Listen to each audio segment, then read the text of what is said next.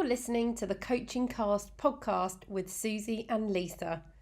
We are super lucky to have this 7th season sponsored by our friend and YouTube's top breath coach, Mike Mayer from Take a Deep Breath. Mike is the first official sponsor of this podcast and specialises in reducing stress and anxiety through practical, fun and science-based breathing techniques.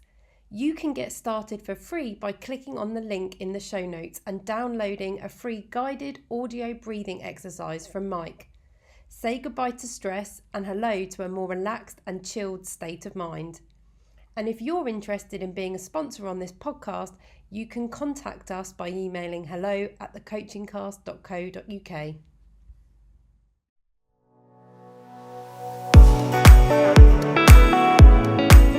Hi, I'm Susie.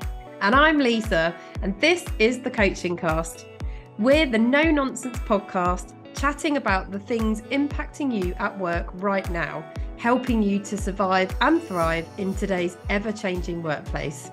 We discuss different topics each episode, sharing our ideas, hints, and top tips from our experiences of working in the corporate world, running our own businesses, and also being qualified coaches. We also try to have a few laughs along the way too. Well, because taking yourself too seriously is just boring. We hope you enjoy listening.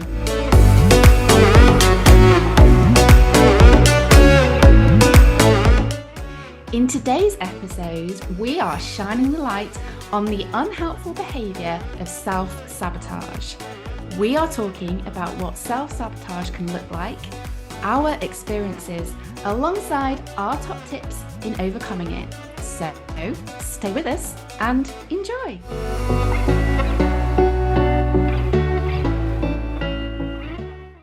So Lisa, before we get into today's episode, how have you been? What's going on?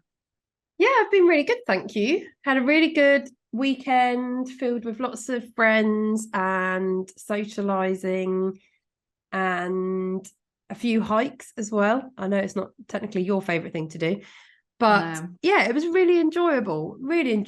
Although I hiked on Saturday and then I hiked again on Sunday. Now, I may have mentioned this before on the podcast because a hike is technically a walk. Like, that is not an untrue statement. But I know when I was just permanent in the UK and I used to hear about people going on hikes, I used to be like, oh God, it's just a walk. Like, it's nothing more than that. Like, why glorify and try and elevate what is essentially just a simple walk? You know, those individuals, we get them a lot where we live in the UK, in the Cotswolds, who love a stick. You know, so like they need to have some sort of walking aid.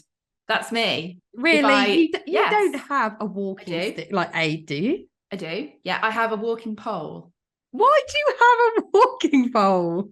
Because I don't like going downhill, do I? No. Because I hate going down any form of slope downhill and steps downhill. But I like walking, so same as you. Yeah. So, because I'm solution focused, I was like, what will help me feel better about walking down hills? So I bought myself a walking pole and I use it. I take it with me whenever I go on a walk. Oh my God. You're one of the people I was about to take the absolute piss out of. Yeah, I am one of them. God. Really? Oh, I always take the mickey out of people with walking poles. Right, well, you're in that camp, unfortunately. I am. Well, you do not see anyone here in South Africa with a walking pole. And I would actually state that they are more than a walk, because for me, walking is, you know, strolling, open plains, fairly flat. Yeah, you might get some hills, but nothing too, you know, strenuous. Here, you know, when I go on a hike, it's often around a part of Table Mountain. It is a mountain. It's the clues in the title. And I have been climbing up and scrambling. I mean, it's literally your worst nightmare, Susie. Hate it. If you ever come and stay with me over here, which you must do at some point, I obviously will avoid taking you on these hikes. But I did do a couple of hikes on Sunday and on the weekend, Saturday and Sunday. And Sunday, we decided to go on a slightly more leisurely hike because it was windy, and you do have to take the wind seriously here. Like, it is severe, and there are incidents of people getting blown off slopes and things. So I didn't want to be in that category. So we went on this walk, but I mean, I didn't find it particularly easy. It was still strenuous, and we'd barely started. I decided I needed a bathroom. Now, I have spoken on this podcast about the fact that as a woman, unfortunately, I don't have the skill of being able to squat to urinate. It's just not something that I have in my repertoire. So I really do struggle when out in in nature about using the bathroom. Now, at this moment in time, fate would have it. It was on my side. We happened to walk past a public toilet, which actually is quite rare. I've not seen them particularly at the base of Lion's Head, which is one of the mountain peaks in Cape Town. And I was thinking, well, what are the chances of this? But I have to admit, my view is there is not many things that I think are more terrifying than a public toilet. There's something so disconcerting about a public toilet. I don't trust them, for one. I think I've got a really morbid imagination. I don't trust them at all. I'm always convinced that I'm just going to find something unpleasant, and use your imagination on that front in terms of what I'm going to find in there. Now, I went in, it was a mad dash, because I went in, it was dark. You're in some forest. I mean, any form of creature could be living in there. I am in like Africa. An animal in there or something. Yep, I am in Africa as well. Anything could have been in it. I did a mad dash in, tried not to look into any corners, including up, because I'm terrified that there's going to be some sort of spider up there. So I literally did like a ran in dash, couldn't lock the door because the door didn't lock, and I just had to hope for the best that no one else was going to be using said public toilet. Had to do the whole hover above the bowl. I don't know about you, but I was taught as a kid you don't sit on the public toilet loo seat. I don't know what it is, but every female family member I've ever had, mum and nan mainly, I don't know what they think you can contract from sitting on a public toilet seat, but they managed to convince you that you were definitely going to catch some sort of deadly bug or disease, or I don't know really, even to the point where I was thinking, is something actually going to jump up out of the toilet bowl? I don't know. So there you are, hovering, using every form of leg muscle that you have, and then you're doing the mad shake and then running out again. I mean, I definitely think I would have won the award for fastest pee. But it is terrifying. Anyway, I survived, and then I had to climb up about 1,000 stairs, which I do not remember Dom at any point when we planned this hike mentioning was on this particular route. So I huffed and puffed my way up there. It was flipping heck. There was me thinking we were going for a nice leisurely walk. You needed my walking pole at that point. Yeah, well, actually, having taken the mickey out of you for it, I probably did. But I can't see them letting me take that through the airport. Looks like a javelin, like a weapon. Dear. What about yourself? I was down your neck of the woods this weekend. Yes. So I was in the Cotswolds because I'm from there originally. So I spent some time in Cheltenham this weekend, which was nice. I went for a lovely meal, actually, in a new restaurant. Ooh. Cool. I'm going to give it a shout out. It's called Hebe in Cheltenham. Hebe, as in he and then B. Hebe, all one word. Hebe. I have to say, it was probably one of the nicest meals I've eaten in quite a long time. It was lovely. And it's not that big, so it's quite small. There was one waitress, and the kitchen was open plan. I know you love an open plan kitchen situation where you can. I love being able to seeing the chefs at work. Yeah, it was really nice. Yeah, I really enjoyed that meal. So what shout food? Out. It was kind of like gastro bistro kind of type scenario, different genres of food. There was some Italian stuff on there, some British stuff. Okay. But it was all just really well cooked. And I really enjoyed it. Enjoyed it. What's the meaning behind the name, Hebe? I don't know. I didn't get that far. I just went and ate my food and drank my wine. I'm curious now. Hebe. And was just grateful to have a few hours out on a Saturday evening. Got released. Yeah, that's how we roll. So yeah, it was lovely, thank you. And the weather was nice. The weather, actually, I have to say, the weather here today is glorious. It's a really nice, it's not very warm, but it's a really nice, crisp February day. And the sun is shining. So I might get that old walking pole out and I might go for a little gander later, a little walk round. Take your walking pole for a stroll. But anyway, on that chat about walking poles and how I potentially Absolute bombshell. self-sabotage my skills for walking down hills. Should we get on to this week's chat, which is actually all about self-sabotage? See what I did there? Yes, very good. Yes, let's get on with it. Cool.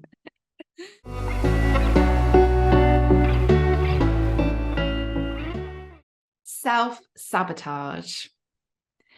According to Mind Tools, the term self-sabotage is destructive behaviour directed at yourself. Negative habits that consistently undermine your efforts, erodes your self-confidence and self-esteem, and affects your relationships with others. With every failed attempt to do the thing you want, you prove to yourself that you can't or shouldn't do it. It is a defense mechanism and a behavior we often don't recognize in ourselves, a way of protecting ourselves, avoiding the unknown, and staying in our comfort zone. It can look like constantly criticizing yourself or avoiding good things because we think we aren't capable or worthy, procrastinating until the last minute, or bottling up our feelings. So I ask you, CBeebies, how often do you have your own back? So, Lisa, on that note, what is your relationship with self-sabotage? So actually, the timing of this today, the recording of this episode, is eerily appropriate because I have actually been going through a cycle of what I would call self-critique for the last sort of 12 hours rather than sabotage. I don't think I'm a saboteur of myself. I would never describe it as that negative. I don't think it's ever as aggressive or as harsh as that, in so much as there isn't a lot, I think, where I've not done something at all because I've told myself I can't. I've not done things because I don't want to, that's different, but I've not stopped myself from going for things or trying out things or going for opportunities or stuff because I've told myself I just can't do it, and deep down knowing how much I want it. But I would generally describe my inner voice and, if you like, my ego as being fairly negative. And so it's not uncommon that I can find myself in a space where my thoughts are not particularly helpful and are of that more self-critical nature. I think that's, for some of us, it's just the way it is. Like, you can't help the way in which your thoughts are constructed, in so much as all of us have thoughts and a perception of ourselves that's been built up over years and years and years. Yeah. It's being aware of it and then knowing how to support yourself to change it in the moment and move to a series of thoughts, I think, that are just more helpful and more, well, kinder, I think, because that's what I find with this type of topic. It really shines a light on how unkind we can be to ourselves. And I do find that quite, I find that sad for some of us who do get stuck in these sorts of negative thought cycles and self-critiques quite often and quite severely. So as I said, the timing is quite apt because a couple of things have happened over the last 24 hours, and I would say it's knocked my confidence a little bit, and then immediately I start going into, I am a bit guilty, I think, of like, one thing goes wrong, so therefore everything is wrong. It's that kind of development. It can go there very quickly, even though there's other side of me. It's like having the angel and the devil on each shoulder going, don't be ridiculous, don't be so dramatic, don't over exaggerate. It's one thing that's not gone very well doesn't change all the other things that have gone well. It's that kind of, I can literally feel myself going through that process. Okay. Yeah, it's an interesting, for you, it sounds like it's quite a cycle. Like one thing happens and then that kind of leads on to something else in terms of perhaps a thought or a feeling, and that leads on to something else, and then it kind of all compounds itself and is a bit of a cycle. So is that quite difficult for you to break when you're in it? Like, do you just have to let it be and let it feel and know and build that awareness for yourself that that's kind of where you're at and what's happening right now? Yeah, I think that's exactly it. So I tend to, it's a familiar place. I think that's for one. It's something I'm so aware of that when it's happening, I recognize it because it's happened so many times before. And I know it's better for me just to let it happen and like ride it out, because I know it won't last. I think, we're all different, and I'm fortunate to have the confidence in myself to know that that's going to be true. There are many people who really struggle with this, and what is so debilitating is the fact that at times there really doesn't feel like there is an end to it, and it will never go.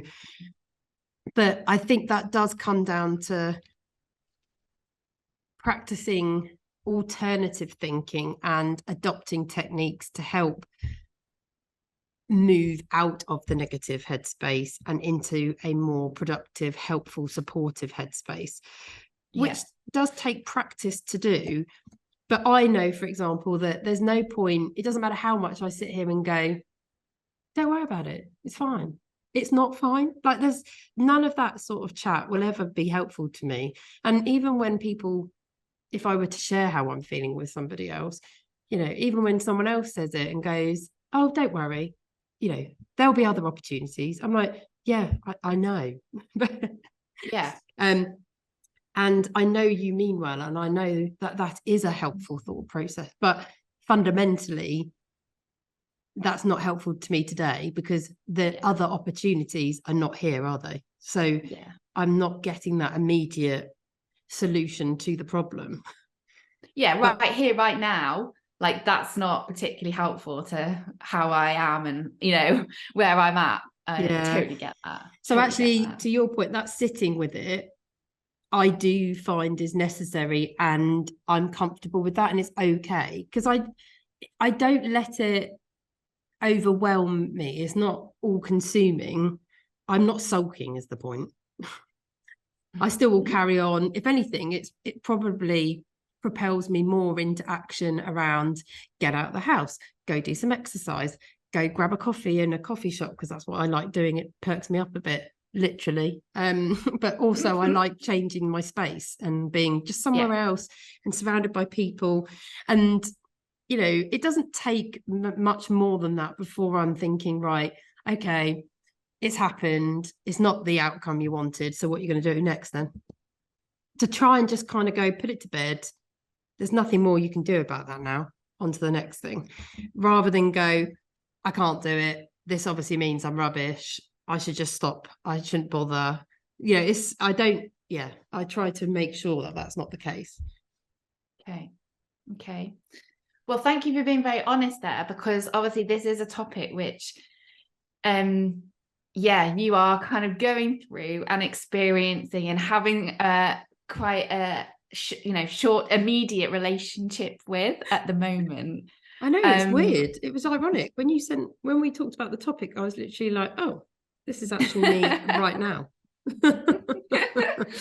And sometimes we need to perhaps follow our own advice. So when we get to top tips, there we go. Yeah, well, the top tips I'll be sharing are things that I'm still trying to do myself, but they're things that I hope, they help me, so hopefully they'll help other people.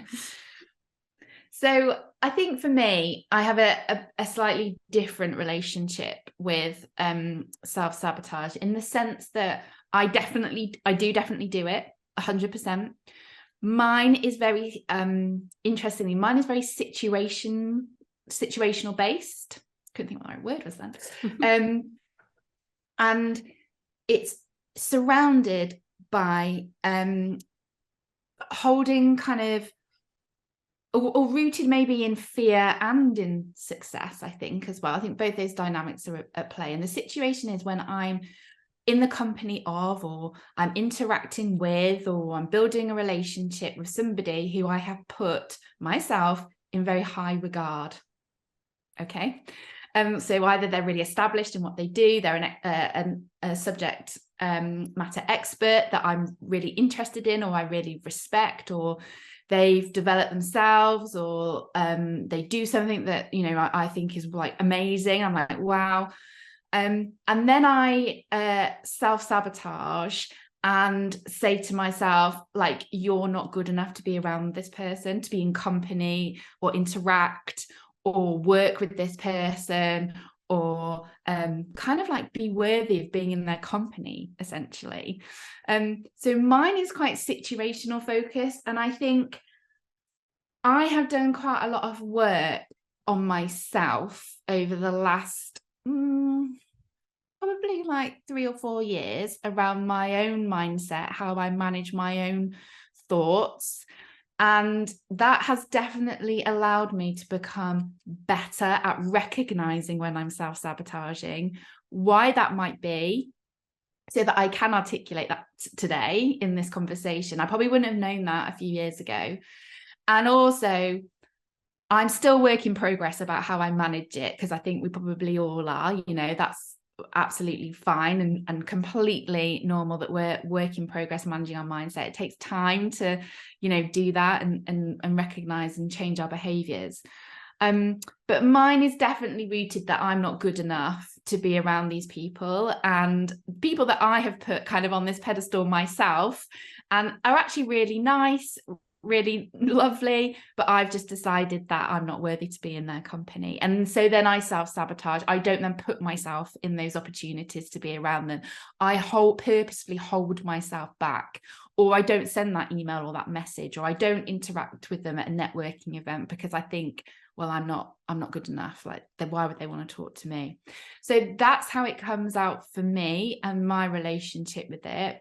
I would say it's not something that happens for me on a like consistent, regular basis, but it's something which happens for me, which, as I've mentioned, is very specific in terms of a situation or a type of person and profile of that person, which is ridiculous, really, isn't it? So yeah, it's interesting, isn't it, how it plays out in each of us? Yeah, totally. And I think what you're describing is a really common one that impacts actually a lot of people, especially in a work context.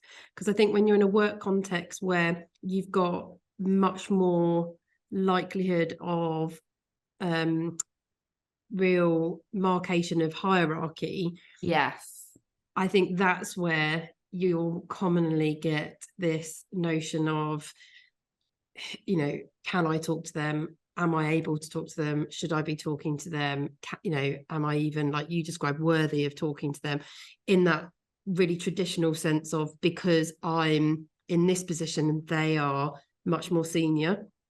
I think that's a really common one. I know I've definitely experienced that to some extent historically, although what always helped me to manage that and to support myself to be in the room and to contribute was, we're all just human beings. Like, we are all just human beings. Yes, they have a title, but we are all just human beings. Like, they still go home at night, they still do a poo, you know, that kind of thing, just to try and help me get some sort of leveling and grounding to be able to be there, I think. Yeah. So what do you think are some of the signs of self-sabotage at work? So we've touched a little bit there on holding yourself back in I particular think with situations. interactions, I think that's a really common one, where you hold yourself back from engaging, contributing, stepping forward for opportunities to really interact at various different levels because of that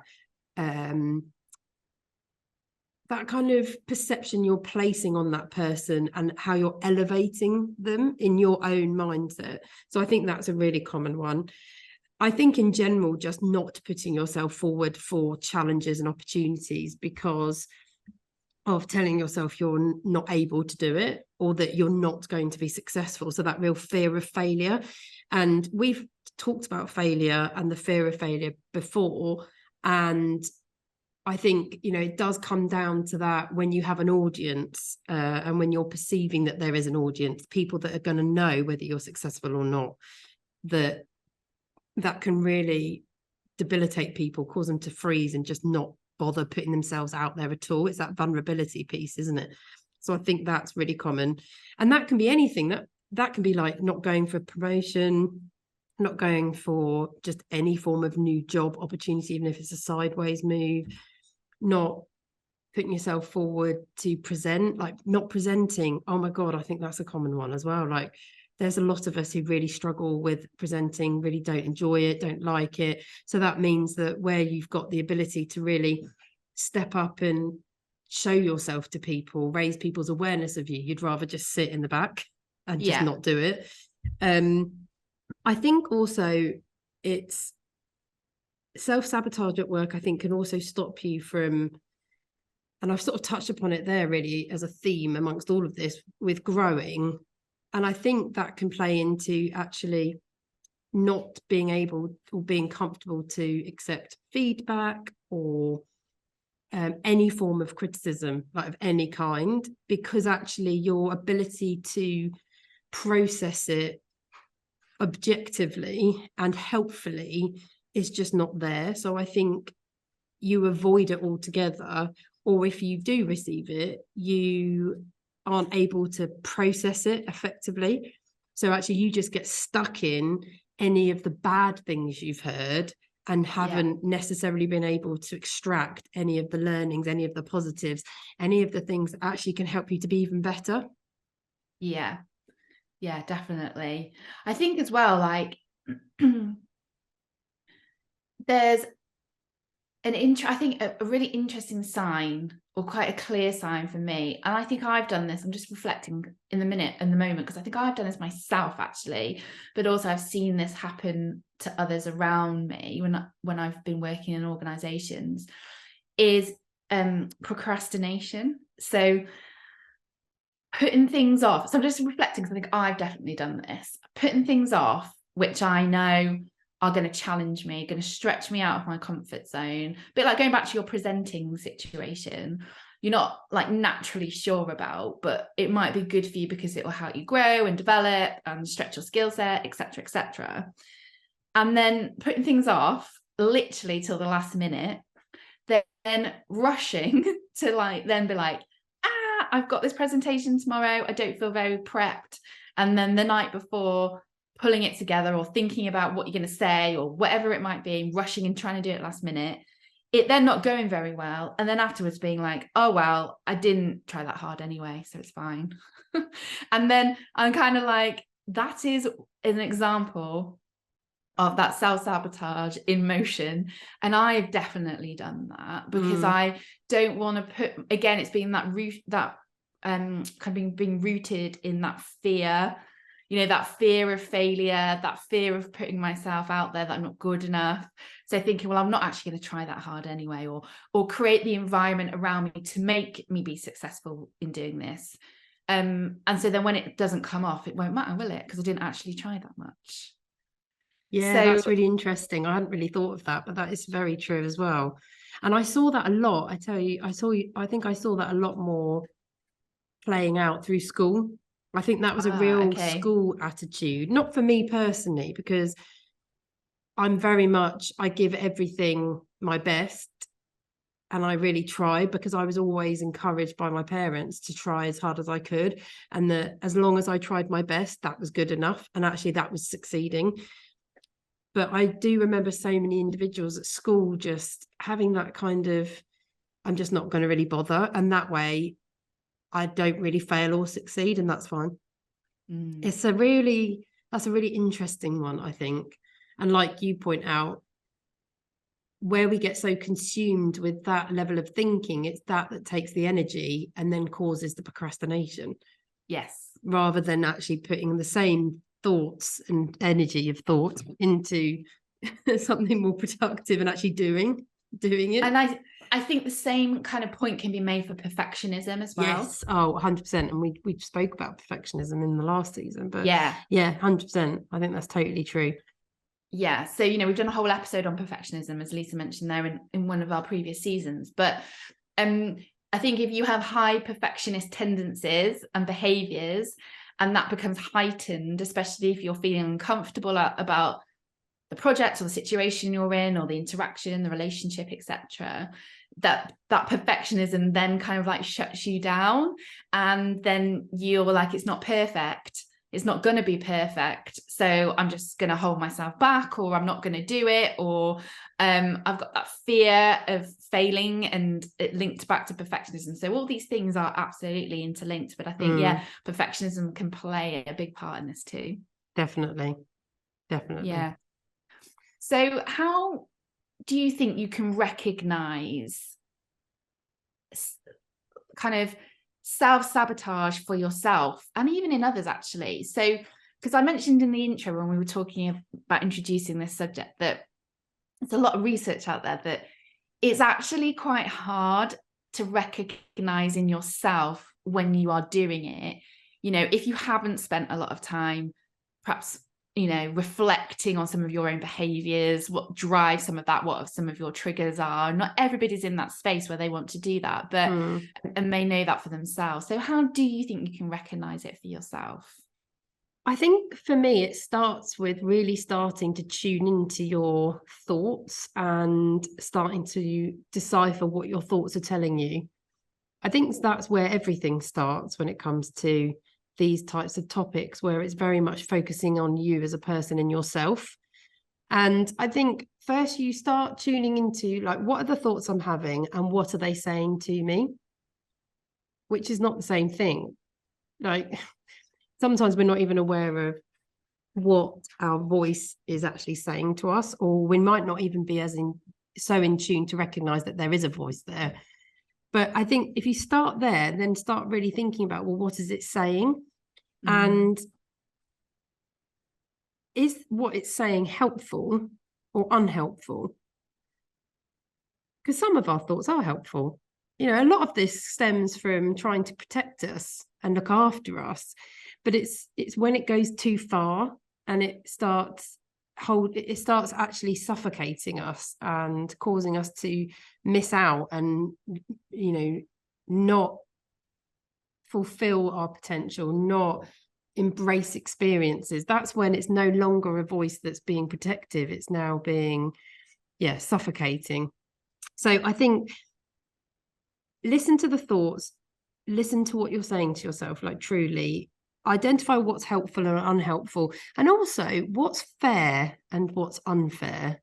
Because I can, as I was talking about earlier, my thoughts are unfair to me.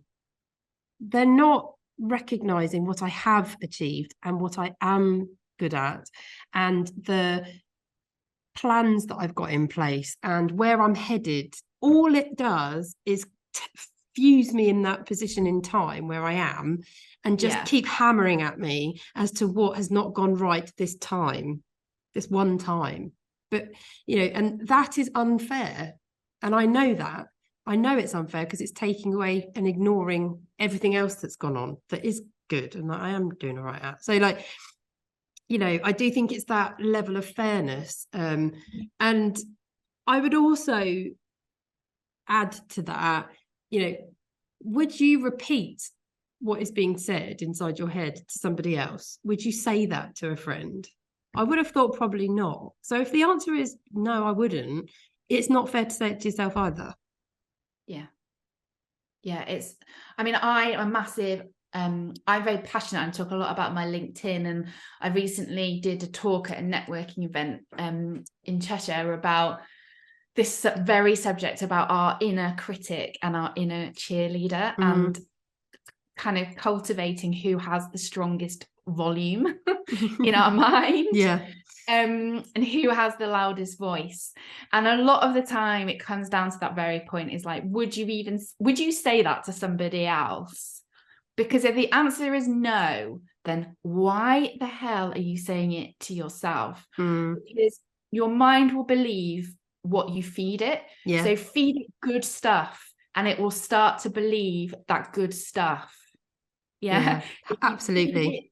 Crap and really like negative, difficult stuff that doesn't serve you in any way, i.e. just makes you feel crap, makes you feel anxious, makes you self-sabotage, etc., hits your confidence, then like there's no kind of magic conclusion. That will make you feel crap. Yeah. So you got to feed it some good stuff. Yeah. And that over time will absolutely help you. Yeah. Which is what is the root of manifestation and the practice of manifesting. It's that idea that actually the more you believe and tell yourself positive things will happen to you, the more that they will. And that is because, you know, there is a famous phrase. It's like whether you think you can or you can't, you're probably right. Yeah. That's what that's all based on. Totally. That whole notion that whatever you tell yourself is true, because you'll make it true. Yeah, completely. Oh, we could do a whole other episode on like the power of the universe, because I'm well into this. I don't know if I've got much to contribute to the power of the universe. Yeah, maybe I'll just do I'll just do my own bit where I just talk and people just look at like, oh my goodness. So just interestingly on this kind of topic around signs of self-sabotage. I had an experience, where I spotted a sign of what I thought was somebody else self-sabotaging. So I'll tell you a story around it. So a few years ago, I had an interview planned with somebody on a morning. Say it was a Thursday. So on a Thursday morning, I had an interview planned with somebody. And the day before, so on the Wednesday, there was like a team meeting, which I was involved in, that person was involved in. And I started to notice that as the day went on, that person started to be quite disruptive in their behaviors in that meeting, to the point where it was like unusual for them. These weren't things that I would like necessarily have seen or observed before or would have said about this person. And then that escalated into the evening as well, because there was like an overnight involved, and this particular person then was drinking alcohol quite heavily on that evening. And I started to clock this from the other side of the room, because I knew that I was interviewing them like pretty early doors the next morning. And I was like, this is interesting. Like, this is just an interesting approach to the fact that you've got an opportunity tomorrow to like bring yourself and demonstrate really good things about why, you know, you should have this role or this job, and, you know, what you can bring, etc. And I was like, I wonder if this person is actually feeling quite a lot of stuff, like there's some things going on here. And I didn't know it at the time, and I didn't like classify it in this way as self-sabotage. But now I reflect back, they were absolutely self-sabotaging, because they were kind of starting to think, I can't speak for them, but I think they were thinking like, I'm feeling nervous about this situation. I feel a bit vulnerable about putting myself through this process. And so actually, because of that, I'm going to start kind of trying to mask or hide, and I'm going to have a blowout, basically, I think. And again, I don't know, because I didn't actually speak to this person, but I think that's what was happening. And then they turned up the following day, and, you know, they did miss out on that opportunity. They didn't represent themselves particularly well. They didn't fill their potential, because actually they weren't in the best possible state to do that, because they'd had quite an excessive day and night before, and there was a lot of, I think, emotions built up and a lot of self-talk that wasn't particularly beneficial and positive, etc. And so that all then resulted in them not turning up and giving their best in terms of, you know, their contribution in that interview. And so they weren't successful. And I think I did try afterwards to talk to that person a little bit about that run up, and I just think they weren't really in that place with me to maybe talk about that. But we did touch upon some of those behaviors and some of those habits around that self-sabotaging approach. And I think that was definitely at play in that situation. Now I reflect back, I think that's 100% what that person was doing. It's really interesting, isn't it? But that's where this stuff can be so powerful and detrimental to us. It doesn't take necessarily somebody else to do it to us. We're more than capable of destroying ourselves. And it's so unfortunate when it happens. I would really love to know where that person is now and whether they learned from that experience and how they've managed to move on and try and support themselves differently. It's really interesting you mention it, because it really reminds me of, I used to manage an individual who every group situation would act out. Didn't do it one-on-one ever. They were, at times, I would even go to describe them as a bit of a Jekyll and Hyde character. And it used to always throw me, because in a group situation, and this could be a workshop, a training opportunity, even a team meeting, they would always act out, and very, in my opinion, quite out of character. And I think it was a real challenge that they had with their confidence. And I think they would become immediately defensive without any requirement to be defensive. It was as though they were defending before, and if you like, getting themselves ready to defend just in case. It was very odd behaviour, but it was without a doubt connected to their complete lack of confidence around people.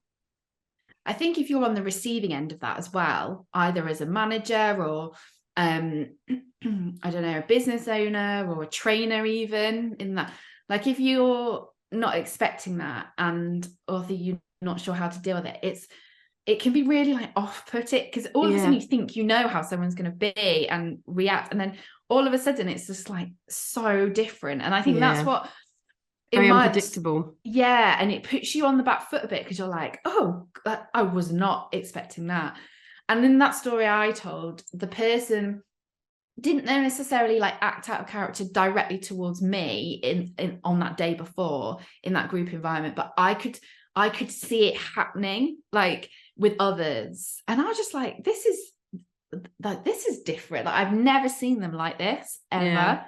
Well, I know I gave feedback regularly to this individual and put it into their development plan to try and work through it and to understand what at a lower level was the trigger behind it. Clearly group scenarios was the initial trigger, but what is beneath it all?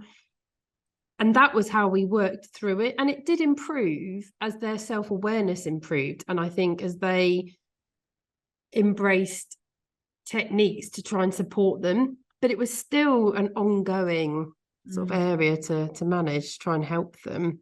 But yeah, very interesting. So how can you stop self-sabotaging then? That's the billion-dollar question, isn't it? How can you stop doing it?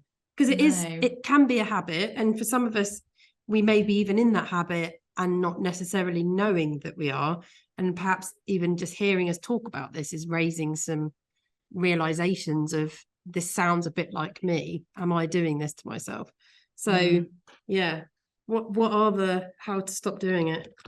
So what I would say is my top tips is, we talked a little bit about it. Awareness is key. Okay. So the first thing I would say is, if you can, ask yourself the following question: why am I choosing to self-sabotage?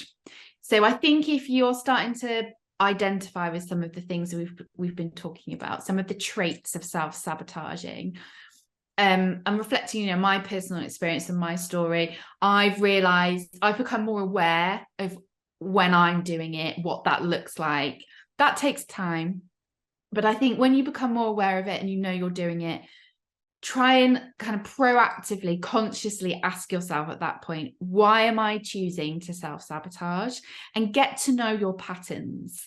get to know your triggers, get to know, like as I did, I got to know that certain situations with certain people that I've put into this kind of high regard that I've created for myself is what brings mine on. Okay. And I've only known that through kind of monitoring that myself, I suppose, over time. So yeah, get to know your own patterns and what that is for yourself. The other tip I'd say, and this is not my tip, okay, I have kindly borrowed this because I think it's a brilliant one. So if you may or may not have heard of Mel Robbins, okay, she's quite a famous American kind of coach. And one of the things she says works really well with managing self-sabotage is when you can feel you're doing it and you're in the height of it and you're in the midst of it. This might be a good tip for you, Lisa, today. It will be. Is count down from 5, literally out loud. So 5, 4, 3, 2, 1. And that process of doing that out loud and of thinking about something else will start to kind of break that thought cycle. So first off in your mind, and then do it. So if you, for example, have been stopping yourself from going and speaking to a person or sending an email to somebody or whatever it might be, then just do it. So do the 5 to 1 countdown and then go, just do it. And there's something about that approach around kind of breaking that cycle and then that creating that momentum to just go for it yourself, like literally there without hesitation, that breaks that cycle of a moment of self-sabotage. And if you want to read more about it, there's loads of stuff on the internet, but I just thought, yes, that's a really practical top tip. I love that. So I thought I would borrow that and share that with you all today. That is a good one. I've not heard about that before. Mel Robbins, is she related to Tony Robbins? I don't know. Or married? Oh, I'm going to Google it now. I'm going to Google it. What are your top tips? So I think actually mine are very similar to yours. The big one for me is you've got to start listening to yourself. That's the first step. Start listening to yourself and getting really in tune with your thoughts and what you're saying, and understanding actually how fair or unfair you're being and how helpful or unhelpful, so that you can start to really identify the thoughts and really, for me, have the opportunity therefore to then start replacing them. So it's not ignoring them or stopping them, because I don't think that's possible. I think it's recognizing they exist, listening to them, and then saying something else that's more helpful. And I think the only other thing that I would offer to build on what you've already said is to do the opposite. Whatever you're saying to yourself, do the opposite. Try it, see what happens. So I think if you're telling yourself you can't do it, why don't you just try it? And see what you learn about yourself and actually about the whole situation. Is it as bad as you thought it was going to be? Are you as terrible as you thought you were going to be? I highly doubt it. So we will collate all of our top tips and share them with you, at the end of the episode.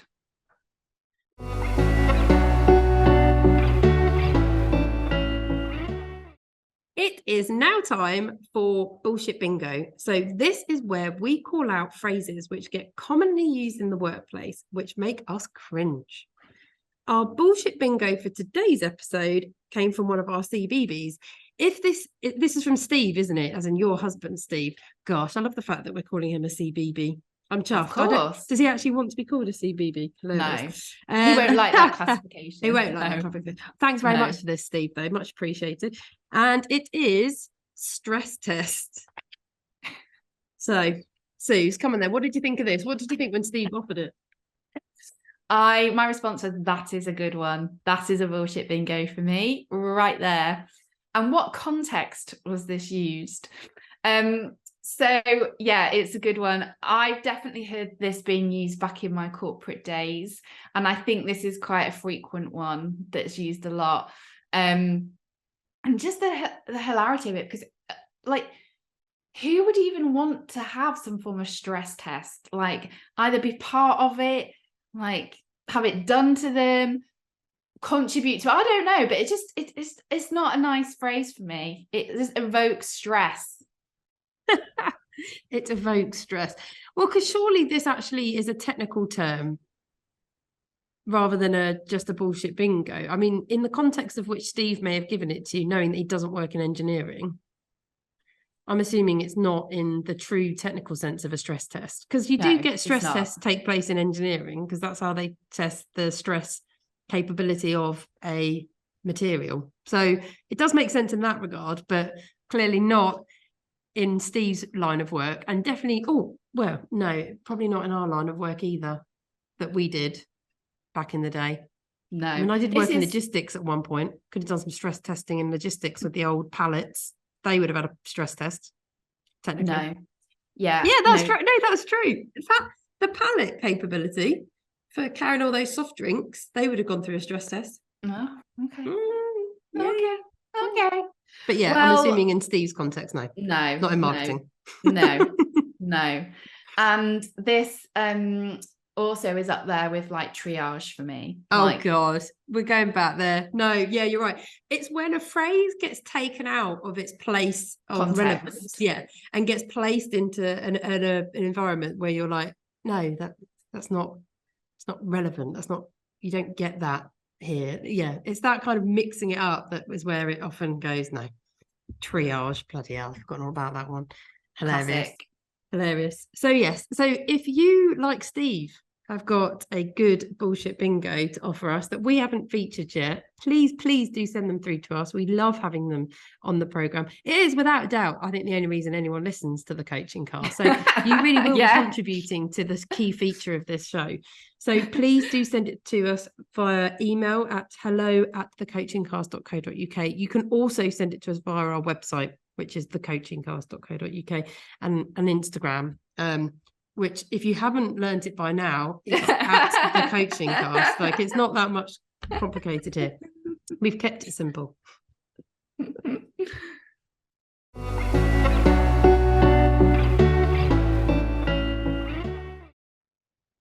We are coming to the end of today's episode, where we've been discussing the topic of self-sabotage. Our top tips and recommendations from today's episode are: number 1, try and start to listen to yourself. So your thoughts and what they are telling yourself. Do you have any patterns? Do you have any particular triggers as well? So that's the top tip, number 2. Number 3, why are you self-sabotaging? Number 4, look up Mel Robbins and the technique that she talks about there. Count down from 5 to 1 out loud, and then just do it. Just take the action. And number 5, do the opposite. So if there is that inner voice telling you not to send that email, not to speak to that person, just do it and see what happens. We also have some self-coaching questions that you can ask yourself. And they are: number 1, how do you self-sabotage? Number 2, where does your need to self-sabotage come from? And number 3, if you could completely give up self-sabotaging, what would you lose and what would you gain? Don't worry if you can't remember all of our top tips and self-coaching questions. They will all be on our Instagram page at The Coaching Cast this week, following the episode release on Tuesday. We really hope you enjoyed today and have some new ideas to take away and try for yourselves. If you have any questions, thoughts, or feedback, we would love to hear from you. You can contact us in 3 ways: on email at hello@thecoachingcast.co.uk, on Instagram @thecoachingcast, and finally, you can contact us through our website, thecoachingcast.co.uk. Now, if you haven't gathered already, if you listen to this podcast on a regular basis, you may have heard that Lisa and I really appreciate your support, and it helps more than you may know. So if you like what you've heard today and would like to help us grow this podcast, join our CBB community, then leave us a review on the Apple Podcast app. No idea how important these are. Hit subscribe wherever you listen to your podcast, and obviously give us a follow on Instagram too, because we post regular tips and behind the scenes hilarity, videos, reels, pictures, etc. It's a real hoot, so come and check it out. So don't forget, you can also watch each episode on our YouTube channel by searching for the Coaching Cast. Finally, we both love music and use it to motivate, energize us, uplift us. So we like to finish each episode with our personal song recommendation, giving you positivity and energy as you launch into your next meeting or the next part of your working day. It's my choice this week, and I have chosen Blinded by Your Grace by Stormzy. Another classic, and I thought it was quite apt for today's theme as well. I love it. Tenuous link. Yeah, it's a tune. This episode has all been about tenuous links. I think we had one at the start as well. So, you know, probably. At least we're consistent, guys. With your walking stick. Yeah, I'm still over that. That's like the absolute bombshell around. You don't like sourdough. God, there's been so many of them this season. I know, keep tuned for the next ones. Anyway, thank you so much for listening. And remember, CBBs, you've got this.